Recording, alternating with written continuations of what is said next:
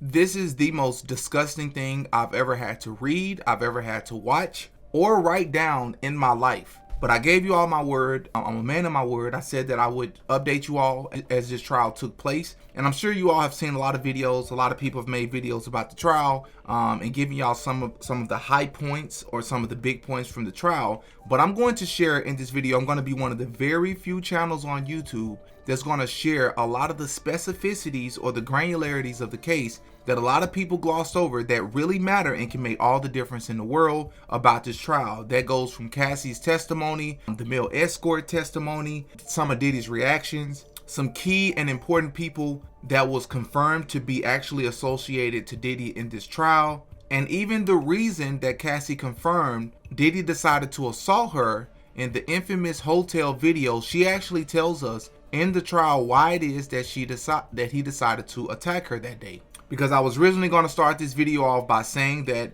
I don't know how they're going to prove that Diddy actually committed crimes, because when I dig into a lot of the details of this trial and everything that's being shared, I'm not hearing a lot of crime being committed here. I'm hearing a person that was disgusting, freaky in nature, and the most you could really charge him with is maybe domestic violence, which that's a crime, but that's not what he's being charged for here. Like, he's being charged for racketeering, trafficking, and I'm not hearing a lot of it until today. I actually changed my mind, and after I share all of these details, I think you all will be on the same page with me. So again, it took me a long time to get a lot of these notes. I had to prove that a lot of this stuff was actually what was said by looking at some transcripts that I found. So the biggest way to show your appreciation is just to hit the like button. I really appreciate it. All right, without further ado, let's get into it. The first thing is Daniel Phillip, which was a male escort, was the first person that testified, and he was asked, and he confirmed that Cassie was actually the person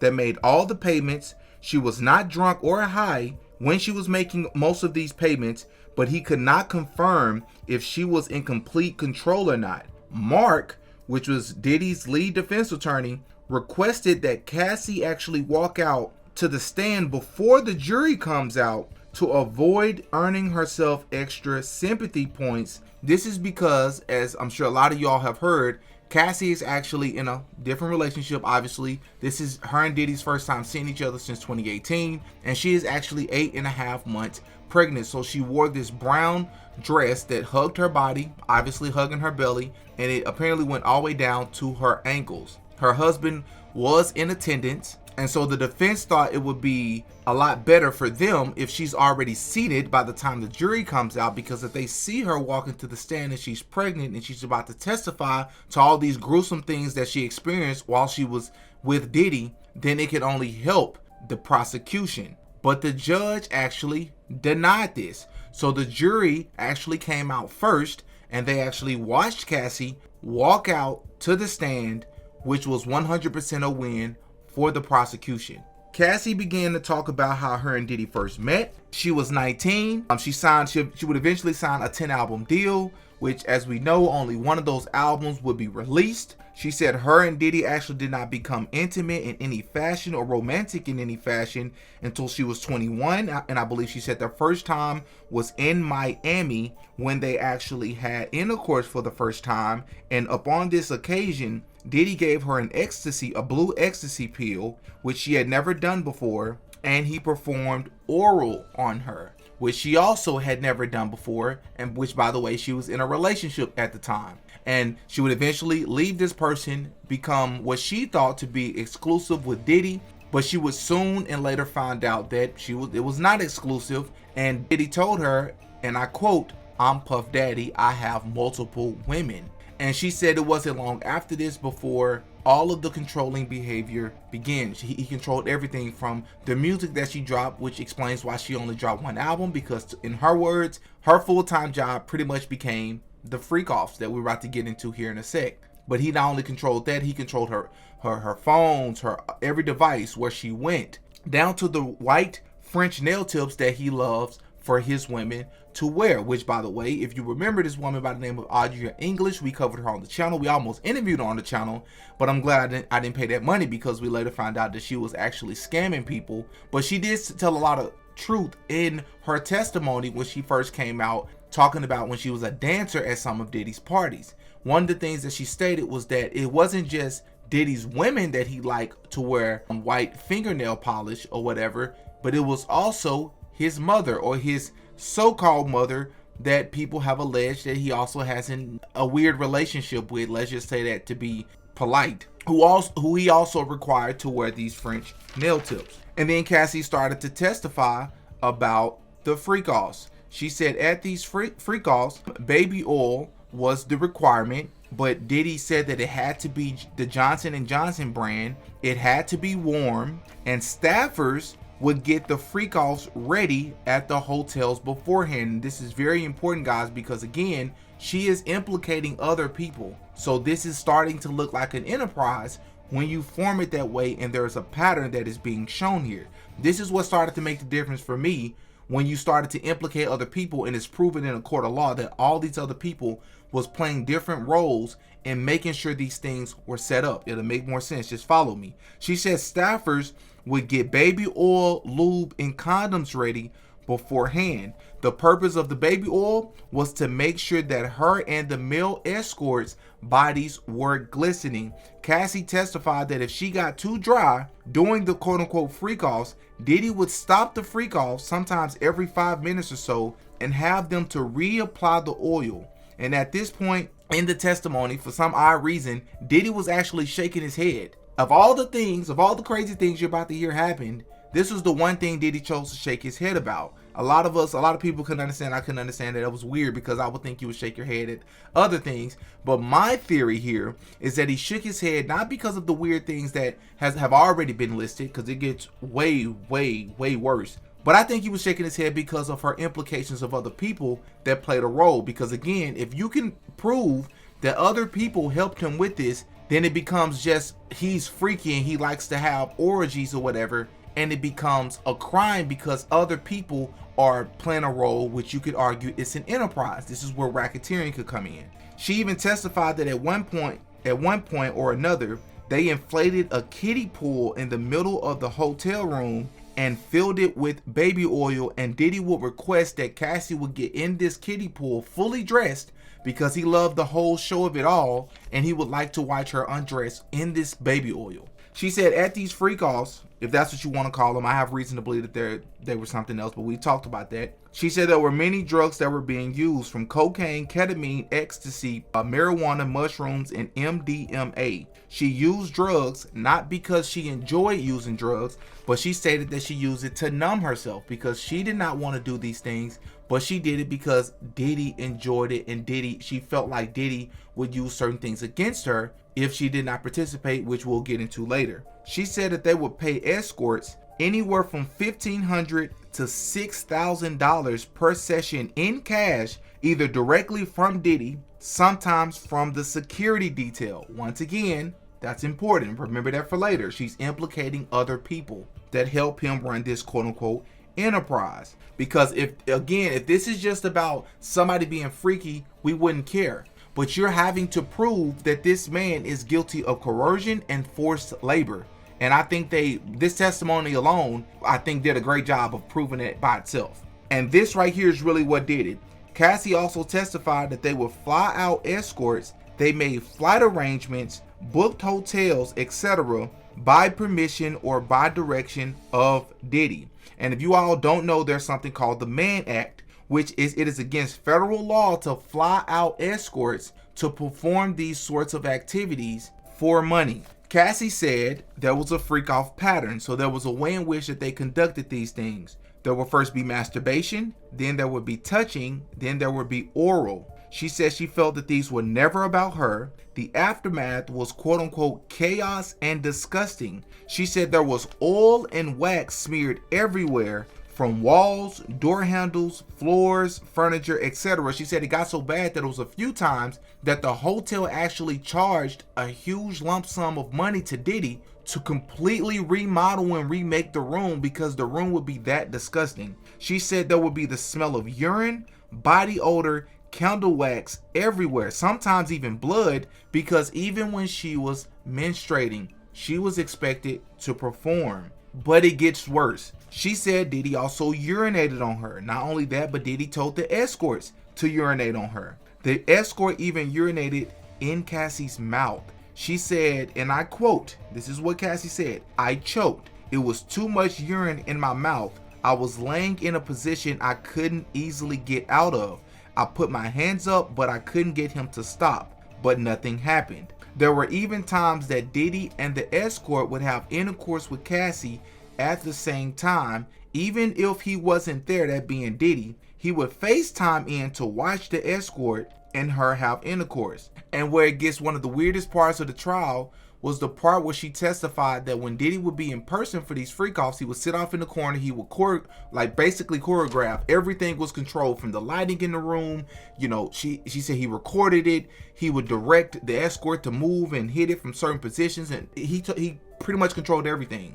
But not only that, one of the most disgusting things from all of this was that Cassie testified there would be times when she was directly asked, how long would it take the escorts to ejaculate? She answered the question and said there were times where Diddy would have her to come in the other room with him and have her to take the male escort's ejaculation and rub it on his chest, sometimes even his nipples. She said she never wanted it, but it was a turn on for him, and that's what she would tell the escorts. "My husband enjoys seeing me with other men." At this point in the testimony, Diddy's son, Justin, and Diddy's mother left out of the courtroom. Cassie would also testify to all the different cities that these so-called quote-unquote freak-offs would take place, that being Miami, New York, LA, Atlanta, and many other places. This is important because it's showing that it's not just in one central location, but this is taking place many places throughout the country, and even in some cases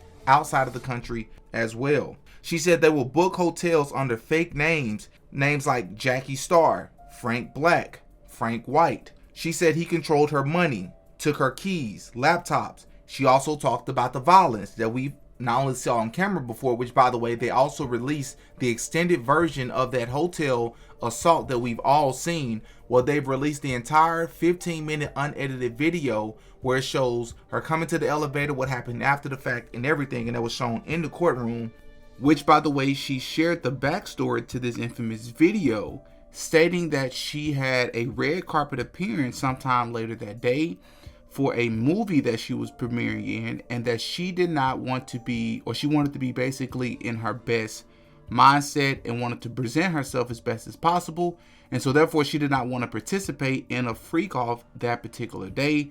And she said that when she told him that, it didn't make a difference, a freak-off still happened, and then things got violent after the fact. She said that he would bash my head, knock me over, drag me, kick me, stump me while I was down. She also testified that Diddy's mood was unpredictable.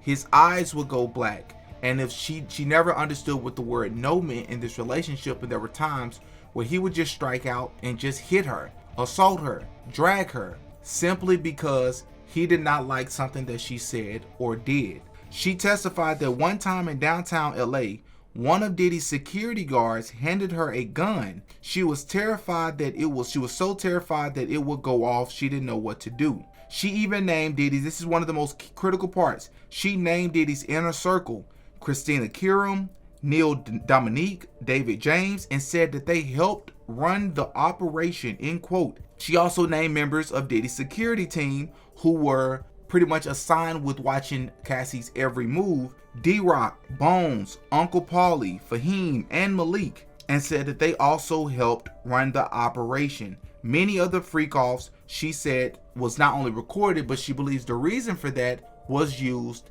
to blackmail. Now let me just say, one of the biggest questions I had was this gentleman, Jonathan Jody, that we've talked about on this channel multiple times, will he be a part of this trial? If not, I feel like there's major red flags in this trial. Well, not only will he be a part of the trial, and he will be testifying according to what I'm seeing, but Cassie actually confirmed, guys, this is the most crucial part. She confirmed, they showed his image along with other male escorts. She confirmed that Jonathan Jody was an actual person that she and Diddy actually had intercourse with. And she said that he is credible. This makes all the difference in the world, because not only because of what he said about Diddy in these freak-offs, but it also confirms the STDs that they talked about, which by the way, Cassie talked about UTIs that she contracted, how she was forced to do things even when she had bumps in her mouth and her private parts.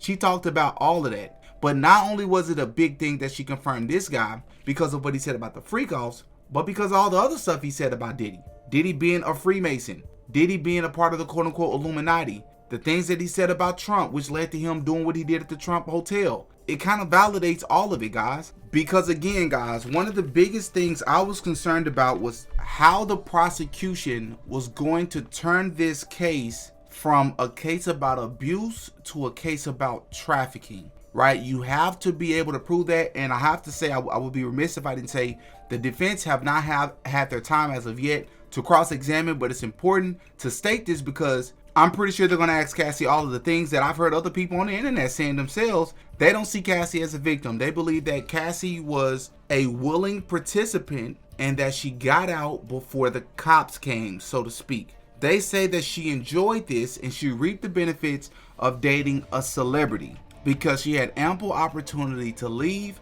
There's a lot of instances where she did things on her own and there's no proof to show the fact that Diddy actually forced her to participate in a lot of these things. But when it comes to the law, I think it gets very tricky with pointing out, independent cases where, yes, she reached out to the escort herself and Diddy wasn't with her, or Diddy wasn't a part of the conversation thread when it took place, because they take everything into perspective. And I think that's going to be very, very crucial here when you're talking about trying to prove that this man was running an enterprise. And if you can prove that y'all were 100% booking male escorts, you can show conversation threads, which Cassie kept all of the old devices. She said that not only did they film these interactions on Diddy's phone, which she asked him to delete, she can't confirm if he did it or not. He told her that he did, but we now know that he lied to her. But they also did it on her phone, right? And the fact that another male escort also testified, I think changes everything. Because now you have proof that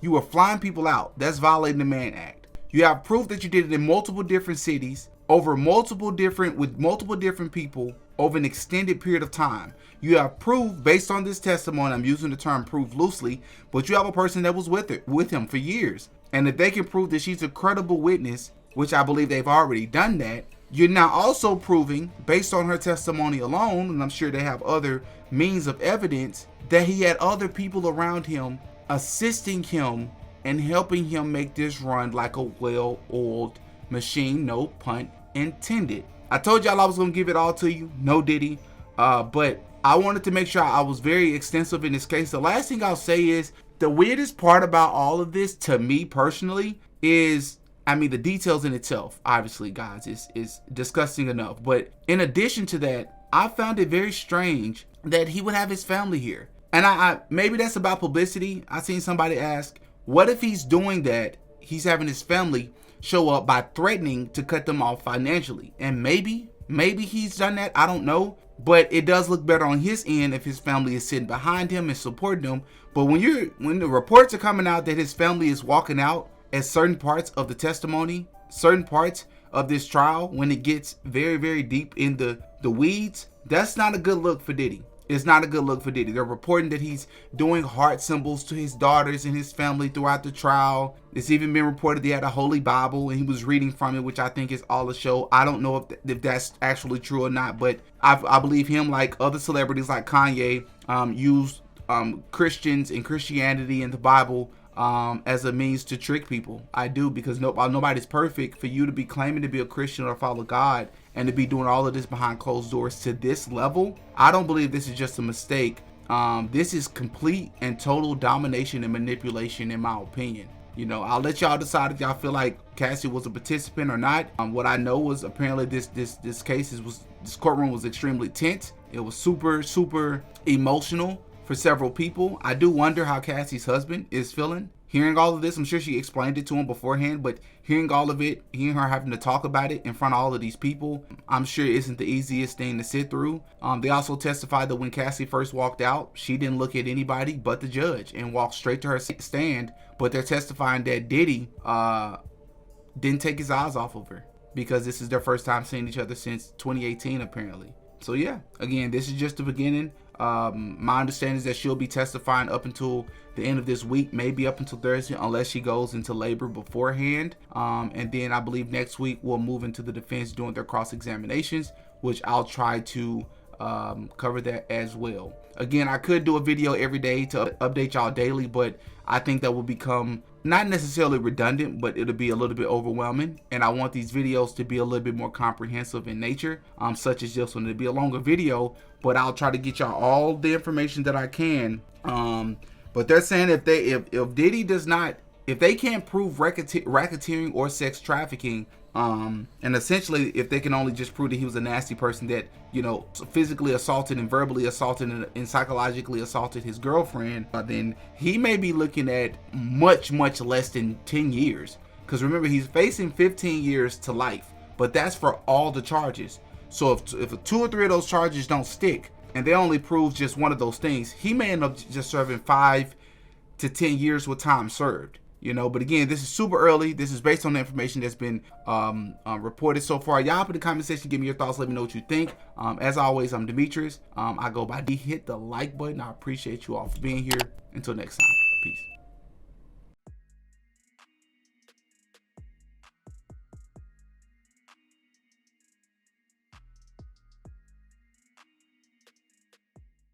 Oh yeah, Diddy got a podcast.